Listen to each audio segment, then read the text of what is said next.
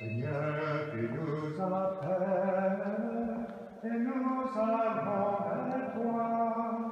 Ta bonne nouvelle nous mène le cœur en joie. Ta bonne nouvelle nous mène le cœur en joie. Nous marchons vers mon Père où nous attendons pardon. Répondant à ton appel, nous chantons ton nom. Seigneur, tu nous appelles et nous allons vers toi.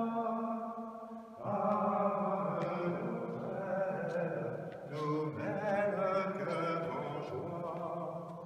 Ta bonne nouvelle nous met le cœur en joie. Au nom du Père et du Fils et du Saint-Esprit, le Seigneur soit avec vous. Et avec votre esprit. Ce chant joyeux et légèrement suranné nous introduit à cette fête de l'Étaré, 4e dimanche de Carême. Réjouissez-vous avec Jérusalem, exultez à cause d'elle, vous tous qui l'aimez. Avec elle, soyez pleins d'allégresse, vous tous qui portiez son deuil. Ainsi, vous serez nourris et rassasiés de l'abondance de sa joie. Dans ces conditions si particulières, il est bon que l'Église nous invite à la joie, car si le coronavirus peut entamer notre morale, si l'épidémie peut semer l'inquiétude, en revanche, rien ne peut altérer notre joie. Rien, si ce n'est le péché. Et c'est pourquoi au début de cette célébration, comme de toute célébration chrétienne, nous implorons la miséricorde de notre Dieu. Je confesse à Dieu Tout-Puissant, je reconnais devant mes frères que j'ai péché en pensée, en parole, par action et par omission. Oui, j'ai vraiment péché. C'est pourquoi je supplie la Vierge Marie, les anges et tous les saints, et vous aussi, mes frères, de prier pour moi le Seigneur notre Dieu. Que Dieu Tout-Puissant nous fasse miséricorde, qu'il nous pardonne nos péchés et nous conduise à la vie éternelle. Kyrie eleison, Kyrie eleison, Christe eleison, Christe eleison, Kyrie eleison, Kyrie eleison. Prions le Seigneur.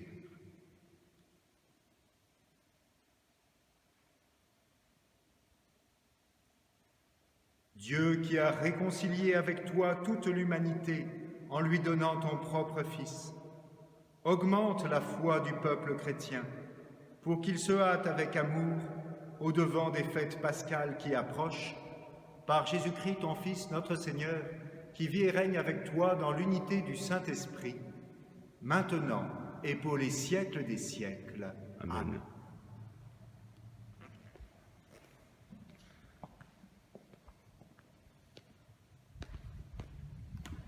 Lecture du premier livre de Samuel. En ces jours-là, le Seigneur dit à Samuel, « Prends une corne que tu rempliras d'huile et pars. Je t'envoie auprès de Jessé de Bethléem, car j'ai vu parmi ses fils mon roi. » Lorsqu'ils arrivèrent et que Samuel aperçut Eliab, il se dit, « Sûrement c'est lui le Messie, lui qui recevra l'onction du Seigneur. » Mais le Seigneur dit à Samuel, « Ne considère pas son apparence ni sa haute taille, car je l'ai écarté. Dieu ne regarde pas comme les hommes. Les hommes regardent l'apparence, mais le Seigneur regarde le cœur. » Jessé présenta ainsi à Samuel ses 7 fils, et Samuel lui dit, « Le Seigneur n'a choisi aucun de ceux-là. » Alors Samuel dit à Jessé, « N'as-tu pas d'autres garçons » Jessé répondit, « Il reste encore le plus jeune. Il est en train de garder le troupeau. » Alors Samuel dit à Jessé, « Envoie-le chercher, nous ne nous mettrons pas à table tant qu'il ne sera pas arrivé. » Jessé le fit donc venir. Le garçon était roux, il avait de beaux yeux, il était beau. Le Seigneur dit alors, « Lève-toi, donne-lui l'onction, c'est lui. » Samuel prit la corne pleine d'huile et lui donna l'onction au milieu de ses frères. L'Esprit du Seigneur s'empara de David à partir de ce jour-là. Parole du Seigneur. Le Seigneur est mon berger, rien ne saurait me manquer. Le Seigneur est mon berger, rien ne saurait me manquer. Le Seigneur est mon berger, je ne manque de rien. Sur des prés d'herbes fraîches, il me fait reposer. Il me mène vers les eaux tranquilles et me fait revivre. Il me conduit par le juste chemin pour l'honneur de son nom. Le Seigneur est mon berger, rien ne saurait me manquer. Si je traverse les ravins de la mort, je ne crains aucun mal, car tu es avec moi, ton bâton me guide et me rassure. Tu prépares la table pour moi devant mes ennemis, tu répands le parfum sur ma tête, ma coupe est débordante. Grâce et bonheur m'accompagnent tous les jours de ma vie, j'habiterai la maison du Seigneur pour la durée de mes jours. Le Seigneur est mon berger, rien ne saurait me manquer. De la lettre de saint Paul, apôtre, aux Éphésiens. Frères, autrefois vous étiez ténèbres. Maintenant, dans le Seigneur, vous êtes lumière. Conduisez-vous comme des enfants de lumière. Or, la lumière a pour fruit tout ce qui est bonté, justice et vérité. Et sachez reconnaître ce qui est capable de plaire au Seigneur. Ne prenez aucune part aux activités des ténèbres, elles ne produisent rien de bon.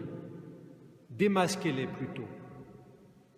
Ce que ces gens-là font en cachette, on a honte même d'en parler. Mais tout ce qui est démasqué est rendu manifeste par la lumière, et tout ce qui devient manifeste est lumière. C'est pourquoi l'on dit « Réveille-toi, ô toi qui dors, révèle-toi d'entre les morts, et le Christ t'illuminera. » Parole du Seigneur. Rendons grâce à Dieu. Gloire au Christ, sagesse éternelle du Dieu vivant. Gloire à toi, Seigneur. Moi, je suis la lumière du monde, dit le Seigneur. Celui qui me suit aura la lumière de la vie. Gloire au Christ, sagesse éternelle du Dieu vivant. Gloire à toi, Seigneur.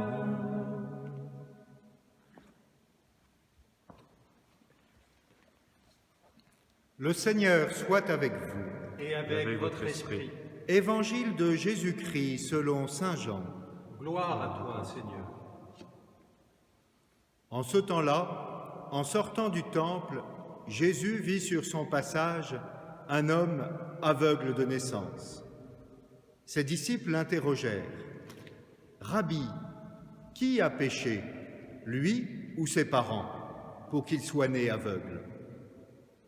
Jésus répondit, « Ni lui ni ses parents n'ont péché, mais c'était pour que les œuvres de Dieu se manifestent en lui. Il nous faut travailler aux œuvres de celui qui m'a envoyé tant qu'il fait jour. La nuit vient où personne ne pourra plus y travailler. Aussi longtemps que je suis dans le monde, je suis la lumière du monde. Cela dit, il cracha à terre et avec la salive, il fit de la boue. Puis il appliqua la boue sur les yeux de l'aveugle et lui dit « Va te laver à la piscine de Siloé ». Ce nom se traduit « envoyé ». L'aveugle y alla donc et il se lava. Quand il revint, il voyait. Ses voisins et ceux qui l'avaient observé auparavant, car il était mendiant, dirent alors « N'est-ce pas celui qui se tenait là pour mendier ?» Les uns disaient « C'est lui ». Les autres disaient « Pas du tout, c'est quelqu'un qui lui ressemble ». Mais lui disait « C'est bien moi ». Et on lui demandait « Alors, comment tes yeux se sont-ils ouverts ?» Il répondit « L'homme qu'on appelle Jésus a fait de la boue. Il me l'a appliqué sur les yeux et il m'a dit « Va à Siloé et lave-toi ». J'y suis donc allé et je me suis lavé. Alors j'ai vu. Ils lui dirent « Et lui, où est-il » Il répondit « Je ne sais pas ». On l'amène aux pharisiens, lui, l'ancien aveugle. Or c'était un jour de sabbat que Jésus avait fait de la boue et lui avait ouvert les yeux. À leur tour, les pharisiens lui demandaient comment il pouvait voir. Il leur répondit « Il m'a mis de la boue sur les yeux. Je me suis lavé et je vois. » Parmi les pharisiens, certains disaient « Cet homme-là n'est pas de Dieu, puisqu'il n'observe pas le repos du sabbat. »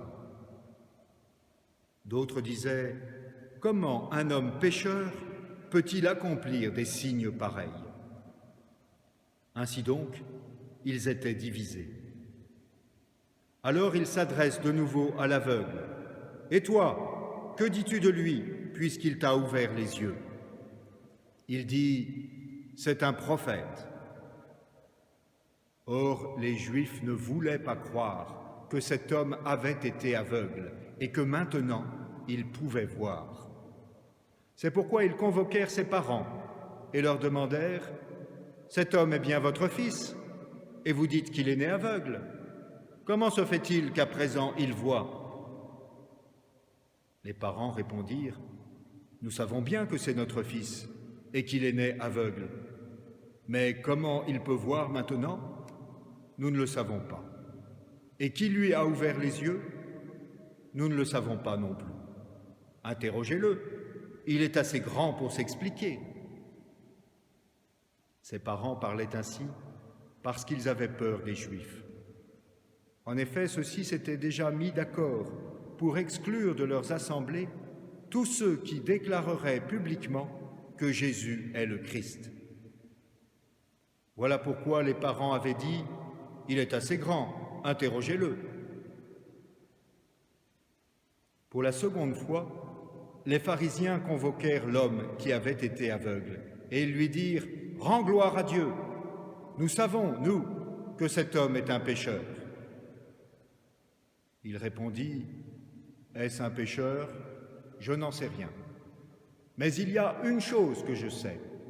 J'étais aveugle et à présent je vois. » Ils lui dirent alors « Comment a-t-il fait pour t'ouvrir les yeux ?»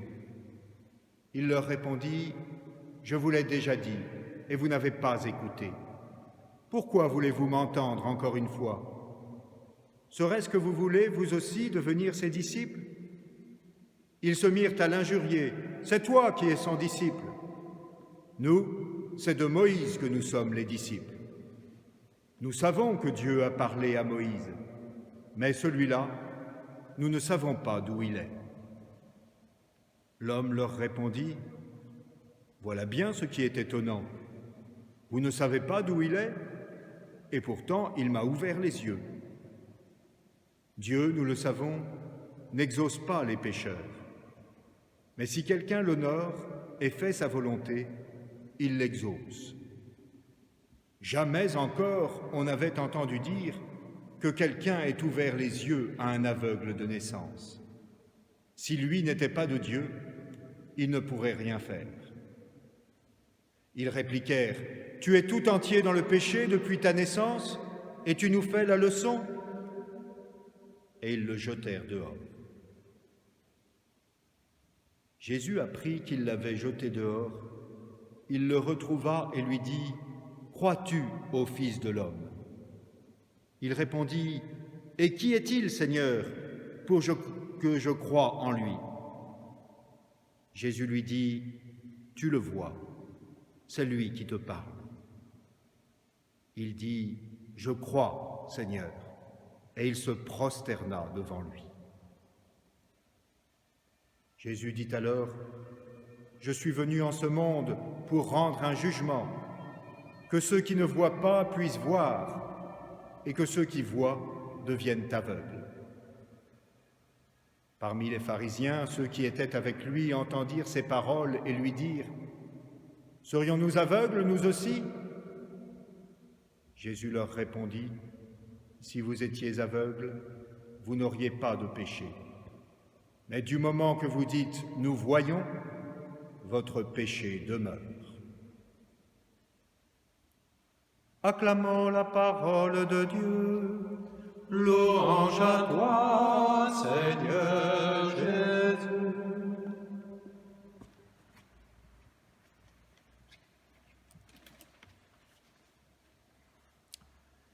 C'est bien sûr aux catéchumènes qu'il faut s'adresser en ce 4e dimanche de Carême, jour de l'Aétarée. Évidemment, c'est pour eux que cet évangile a été choisi. Ils s'acheminent en effet vers le grand miracle de leur renaissance en Jésus-Christ dans la fontaine baptismale. Que faut-il pour qu'un miracle se produise? Il faut de la boue, un aveugle et une piscine. Il faut de la boue d'abord. Jésus crache, nous dit l'Évangile. Avouons qu'en ce temps d'épidémie, cette expression a une curieuse résonance et ne nous paraît pas très hygiénique. Jésus n'avance pas masqué. Par cette sputation, il se révèle comme le Verbe par qui tout a été fait, comme le Créateur. Il enduit de boue l'aveugle, il oint les yeux inertes avec la glaise du sol. Ah, la gadoue, la gadoue, la gadoue. En cette période, il nous semble, peu ou prou, que tout le monde patauge. On ne voit plus très clair. Alors, si on ne voit plus très clair, si on ne sait pas comment on va s'en sortir, laissons-nous toucher par le Verbe.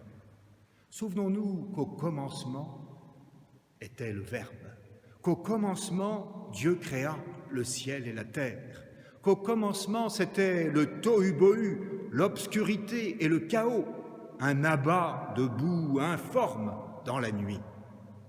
Dieu a dit « fiat lux » et la lumière fut. Il a pris la glaise du sol, il a pétri l'homme et la femme de ses grandes mains alertes.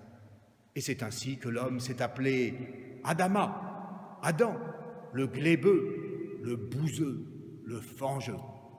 Jérémie, le prophète, a comparé Dieu à un potier qui pétrit l'argile. Pour que l'œuvre soit achevée, il faut l'eau de la grâce et le feu de la charité. Les catéchumènes le savent bien, ils vont renaître par l'eau du baptême et le feu de la confirmation. En ce jour du printemps tout neuf, nous le savons bien, pour qu'il y ait germination, il faut la terre, l'eau et le soleil. Les lois de la croissance spirituelle suivent les lois de la croissance biologique. Par-delà ces symboles baptismaux évidents, j'aimerais me pencher un peu sur la personnalité de cet aveugle. Il ne sait pas comment le prodige fut possible. Il ne prétend pas tout maîtriser et tout connaître. Mais il y a une chose qu'il sait. Il était aveugle et maintenant il voit. Il n'en démordra pas, c'est un fait. N'allez pas lui raconter d'histoire, chercher midi à 14 heures, échafauder des théories. La cécité, sa vieille compagne, l'a quitté subitement. C'est inexplicable, mais c'est ainsi. Les parents de l'aveugle semblent doués du même bon sens que leur fils. Ils sont de ces gens à qui on ne la fait pas, de ces êtres que trop de malheurs ont gardé de toute illusion et de toute idéologie. Nous savons que c'est notre fils, disent-ils, et nous savons qu'il était aveugle. Mais comment il voit maintenant? Nous ne le savons pas. Les pharisiens peuvent bien ergoter, tergiverser, couper les cheveux en quatre, pinailler, discourir à n'en plus finir. Les faits sont têtus. Il était aveugle et maintenant il voit. Un point, c'est tout. J'aime rappeler que la foi chrétienne, elle aussi, repose sur des faits. Elle n'est pas née de spéculations ou de pieuses rêveries. Elle n'est pas née d'élucubrations de théologiens. Elle repose sur des faits qui sont bien difficiles à réfuter. De sorte que c'est moins à nous de démontrer notre foi qu'aux incroyants de rendre compte des faits qui la soutiennent. Beaucoup de ces beaux esprits voudraient des miracles pour croire, mais ne veulent croire aucun miracle. Quelle étrange inconséquence! C'est à eux pourtant de nous expliquer comment il est possible qu'un cosmos aussi bien structuré existe sans qu'aucune intelligence n'ait présidé à cet ordre. C'est à eux de nous dire pourquoi tant de martyrs ont joyeusement donné leur vie pour le Christ si rien ne s'est passé le matin de Pâques. C'est à eux de douter de leur incroyance devant le fait massif de gens qui ne peuvent pas concevoir leur vie en dehors d'un rapport vital à Jésus-Christ. Qu'ils nous donnent leurs explications, qu'ils expliquent les faits, à commencer par le premier d'entre eux, l'existence et la pérennité de l'Église. Le miracle s'est accompli à la piscine. Cette piscine de Siloé, beaucoup des pèlerins de Terre Sainte, et ils sont nombreux à Notre-Dame de l'Assomption, l'ont vue lors du pèlerinage. D'ailleurs, elle a été découverte dans sa totalité il y a peu de temps, dans les années 2004 et 2005. Pour bien comprendre le miracle dont le récit nous a été fait, il faut se replonger dans le monde juif et dans le contexte de la fête des Tentes. Puisque vous disposez un peu de temps, chers paroissiens, bien obligés par ce confinement, vous pourrez aller relire les chapitres 7, 8, 9 de l'évangile de Saint Jean. Ils prennent tous les trois cadres dans le contexte de cette fête des Tentes, de Soukhot. Jésus, au chapitre 7, le grand jour de la fête, se présente en disant « Si quelqu'un a soif, qu'il vienne à moi et qu'il boive ». Au chapitre 8, Jésus dit « Je suis la lumière du monde ». Et au chapitre 9, il fait un miracle qui conjoint l'eau et la lumière. Par l'eau de Siloé, l'aveugle est rendu à la lumière. Ainsi, nous comprenons que Jésus fait toutes ces déclarations et ce miracle pour faire pièce à la liturgie juive de Soukhot. En effet, que se passait-il ce jour-là? Ce jour-là, le temple était entièrement illuminé. Le grand prêtre descendait à la piscine de Siloé. Il puisait de l'eau et il remontait, suant, soufflant, jusqu'au temple pour asperger l'autel du temple avec les jarres d'eau de Siloé. Vous comprenez comment notre Seigneur fait en quelque sorte un magnifique pied de nez à cette liturgie. Vous pouvez bien illuminer vos temples de toutes vos loupiottes, moi, je suis la lumière du monde. Vous pouvez bien puiser dans vos jarres des eaux minérales et frelatées, moi, je suis la source des eaux vives. Bien entendu, Jésus se révèle ainsi comme le Messie qu'Israël attendait. Quelle est belle la parole de notre aveugle-né qui finit par dire « Je crois, Seigneur ». Non pas je pense, j'opine, j'incline, j'ai un certain pensant, non, je crois, tout simplement. C'est la parole que les catéchumènes diront le soir de leur baptême. Je crois. Quelle est belle cette foi qui illumine les simples. Les catéchumènes ont déjà les yeux enduits de boue, ils les laveront dans la fontaine baptismale. Mais déjà, ils peuvent commencer à voir un peu la lumière. Vos yeux enduits, chers catéchumènes, lavez-les par les larmes de votre pénitence. Aujourd'hui, c'est le jour de votre scrutin. Dieu regarde non les apparences, mais les cœurs, nous disait la première lecture. Il scrute votre cœur. Il voit la pénitence, la contrition. Chateaubriand, notre grand écrivain national, pouvait dire cette phrase magnifique « Je suis devenu chrétien sans pour autant avoir reçu de grandes illuminations surnaturelles. Ma conviction est sortie du cœur. J'ai pleuré et j'ai cru. Heureux ceux qui pleurent, heureux ceux qui croient. Amen.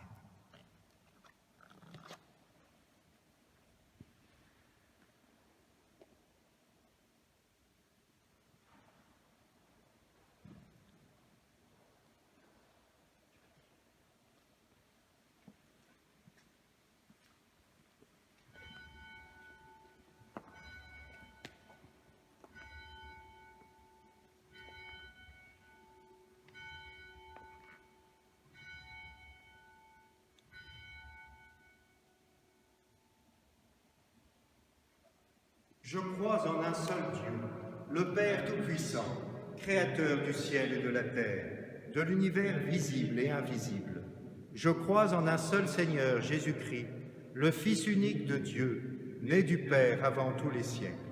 Il est Dieu, né de Dieu, lumière née de la lumière, vrai Dieu, né du vrai Dieu, engendré, non pas créé, de même nature que le Père, et par lui tout a été fait. Pour nous les hommes et pour notre salut, il descendit du ciel. Par l'Esprit Saint, il a pris chair de la Vierge Marie et s'est fait homme. Crucifié pour nous sous Ponce Pilate, il souffrit sa passion et fut mis au tombeau. Il ressuscita le troisième jour, conformément aux Écritures, et il monta au ciel. Il est assis à la droite du Père. Il reviendra dans la gloire pour juger les vivants et les morts, et son règne n'aura pas de fin. Je crois en l'Esprit Saint, qui est Seigneur et qui donne la vie. Il procède du Père et du Fils. Avec le Père et le Fils, il reçoit même adoration et même gloire. Il a parlé par les prophètes. Je crois en l'Église, une, sainte, catholique et apostolique. Je reconnais un seul baptême pour le pardon des péchés. J'attends la résurrection des morts et la vie du monde à venir. Amen. À l'approche des solennités pascales, prions le Seigneur de façon plus pressante, afin que l'univers entier bénéficie davantage des richesses du mystère du salut. Entends le cri des hommes, montez vers toi, Seigneur. Pour toute personne souffrante, pour les membres du personnel médical, ainsi que pour les responsables qui, à différents niveaux, ont aujourd'hui des décisions difficiles à prendre, ensemble prions. Entends le cri des hommes, montez vers toi, Seigneur. Que cette période qui demande à chacun de vivre davantage pour le bien commun soit pour nous un temps de profonde communion dans la foi et l'espérance. Ensemble, prions. Entends le cri des hommes, montez vers toi, Seigneur. Ce n'est probablement pas fortuit que les événements graves que nous déplorons se produisent au moment même où l'Église médite la passion et la résurrection du Christ. Que la grâce de cette Eucharistie permette à chacun de les vivre dans la compassion et la joie victorieuse de Pâques. Ensemble, prions.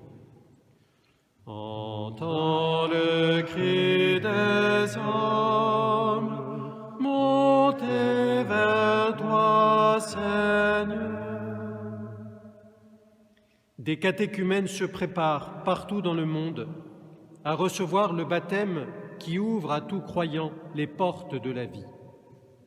Que chacun reçoive de notre prière la force et la joie d'une grande fidélité. Ensemble, prions. Entends le cri des hommes, montez vers toi, Seigneur.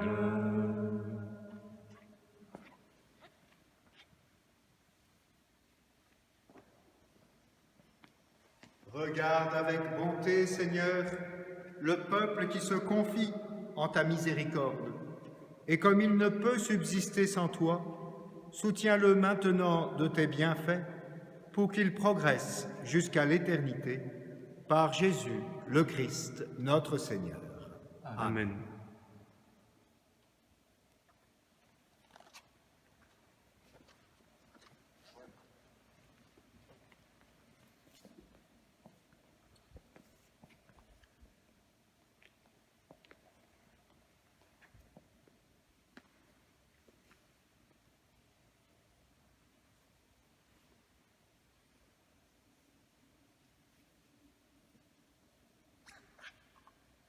Tu es béni, Dieu de l'univers, toi qui nous donnes ce pain, fruit de la terre et du travail des hommes.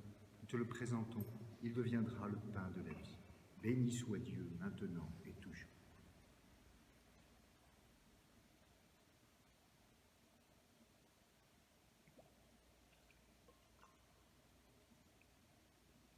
Comme cette eau se mêle au vin pour le sacrement de l'alliance, puissions-nous être unis à la divinité de celui qui a pris notre humanité.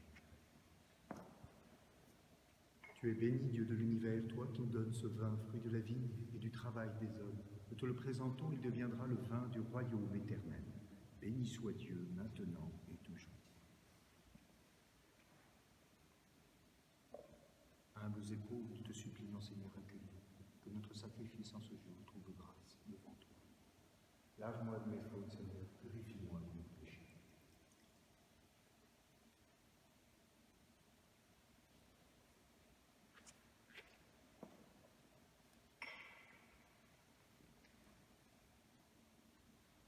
Prions ensemble au moment d'offrir le sacrifice de toute l'Église. Pour la gloire de Dieu le Seigneur.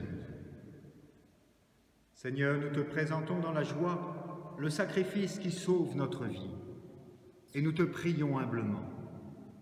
Accorde-nous de le célébrer avec respect et de savoir l'offrir pour le salut du monde par Jésus, ton Fils, notre Seigneur.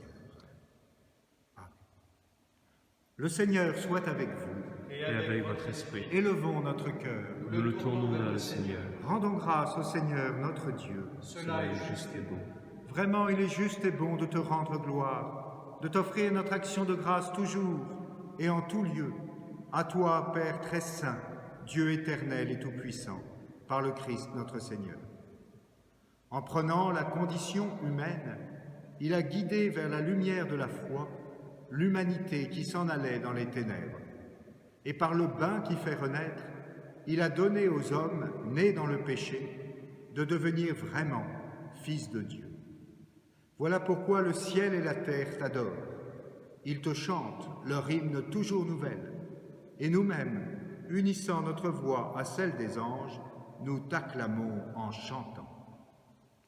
Saint, Saint, Saint, le Seigneur, Dieu de l'univers, le ciel et la terre sont remplis de ta gloire. Hosanna au plus haut des cieux, béni soit celui qui vient au nom du Seigneur. Hosanna au plus haut des cieux.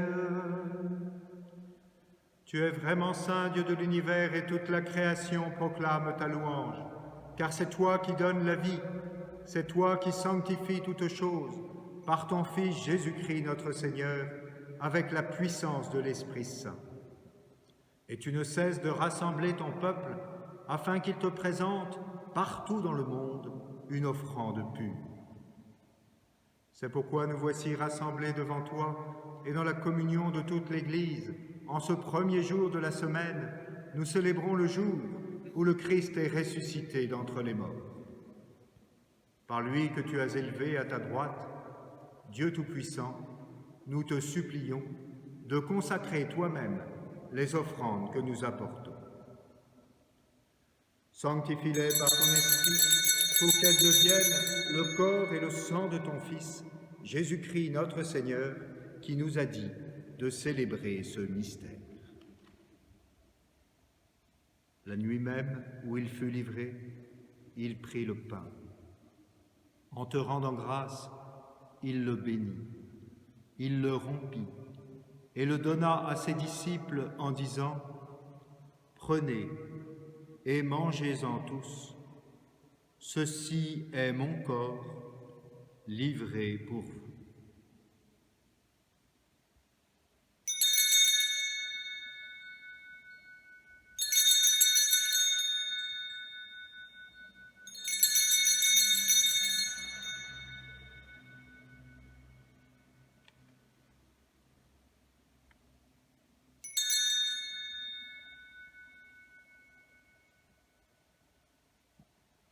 De même, à la fin du repas, il prit la coupe. En te rendant grâce, il la bénit et la donna à ses disciples en disant : « Prenez et buvez-en tous, car ceci est la coupe de mon sang, le sang de l'alliance nouvelle et éternelle, qui sera versé pour vous et pour la multitude en rémission des péchés. Vous ferez cela en mémoire de moi. »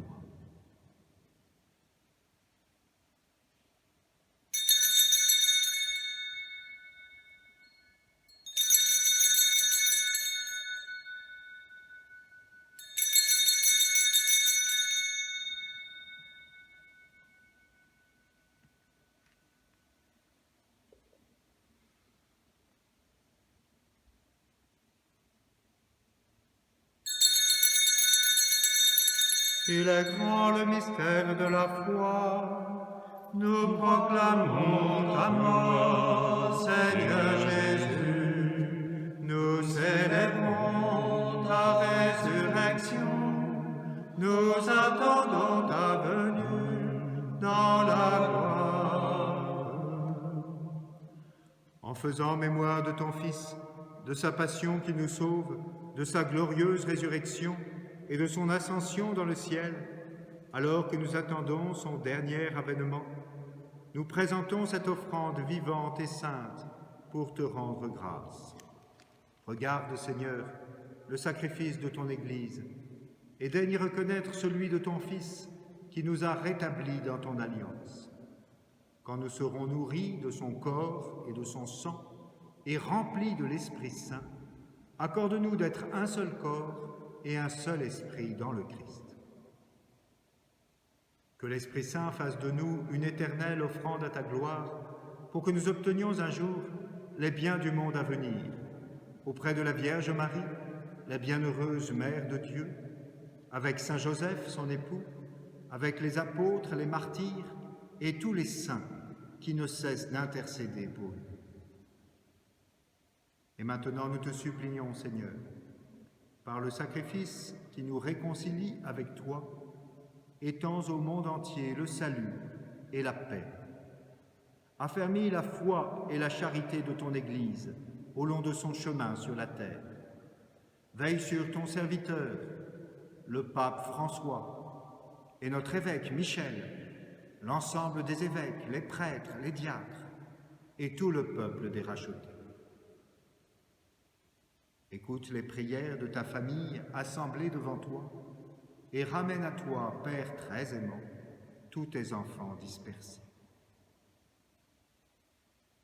pour nos frères défunts, pour les hommes qui ont quitté ce monde et dont tu connais la droiture, nous te prions.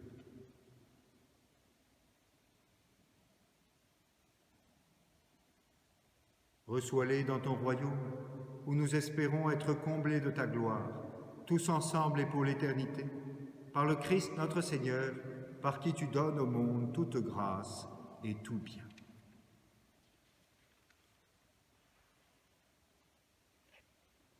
Par lui, avec lui et en lui, à toi, Dieu le Père Tout-Puissant, dans l'unité du Saint-Esprit, tout honneur et toute gloire, pour les siècles des siècles. Amen.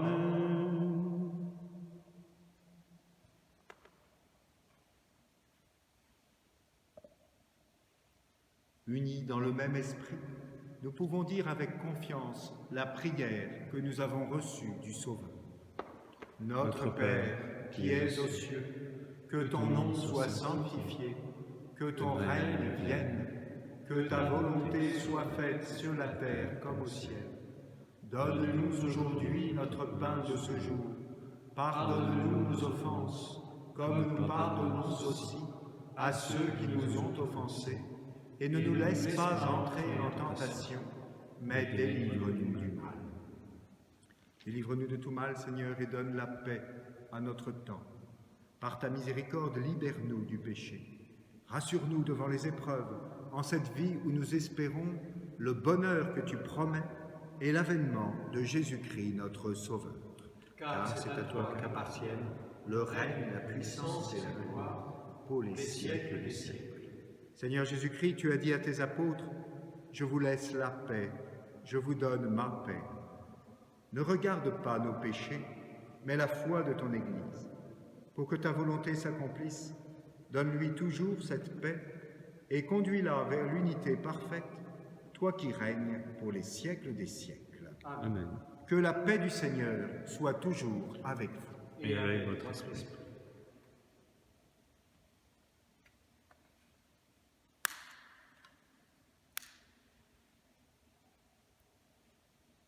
Agneau de Dieu qui enlève le péché du monde, prends pitié de nous. Agneau de Dieu qui enlève le péché du monde, prends pitié de nous. Agneau de Dieu qui enlève le péché du monde, donne-nous la paix. Seigneur Jésus-Christ, Fils du Dieu vivant, selon la volonté du Père et avec la puissance du Saint-Esprit, tu as donné par ta mort la vie au monde. Ton corps et ton sang délivrent du péché et de tout mal. Fais que je demeure fidèle à tes commandements et que jamais je ne sois séparé de toi.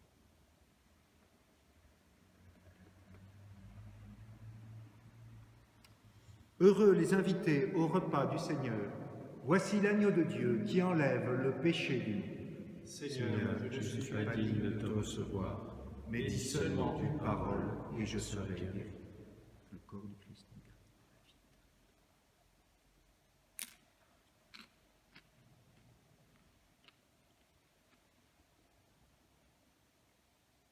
Le sang du Christ nous garde la vie. Passion du Christ, fortifie-moi. Ô bon Jésus, exauce-moi. Dans tes blessures, cache-moi. Ne permets pas que je sois séparé de toi, de l'ennemi, défends-moi à ma mort, appelle-moi, oh donne-moi de venir à toi, pour qu'avec tes saints je te loue. Dans les siècles des siècles, ainsi soit-il.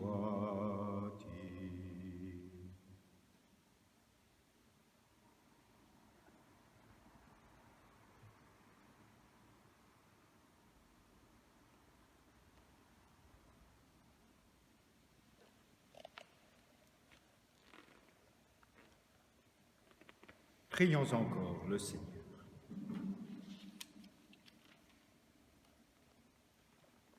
Dieu qui éclaire tout homme venant dans ce monde, illumine nos cœurs par la clarté de ta grâce, afin que toutes nos pensées soient dignes de toi et notre amour de plus en plus sincère par Jésus, ton Fils, notre Seigneur. Amen. Petites annonces paroissiales sont assez réduites. Il me reste simplement à vous souhaiter de vivre ce temps de réclusion un peu forcé dans la joie que donne le Seigneur. Et sans doute est-ce l'opportunité, cela a été beaucoup dit, d'une méditation, d'un recentrement sur les choses essentielles. Je pense à la famille, mais aussi à la solidarité avec les personnes malades, avec les personnes âgées.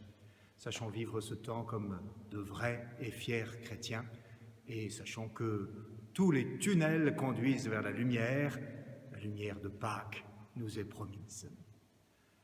Le Seigneur soit avec vous. Et avec votre esprit. Que Dieu Tout-Puissant vous bénisse, le Père, le Fils et le Saint-Esprit. Amen. Bénissons le Seigneur, nous rendons grâce à Dieu.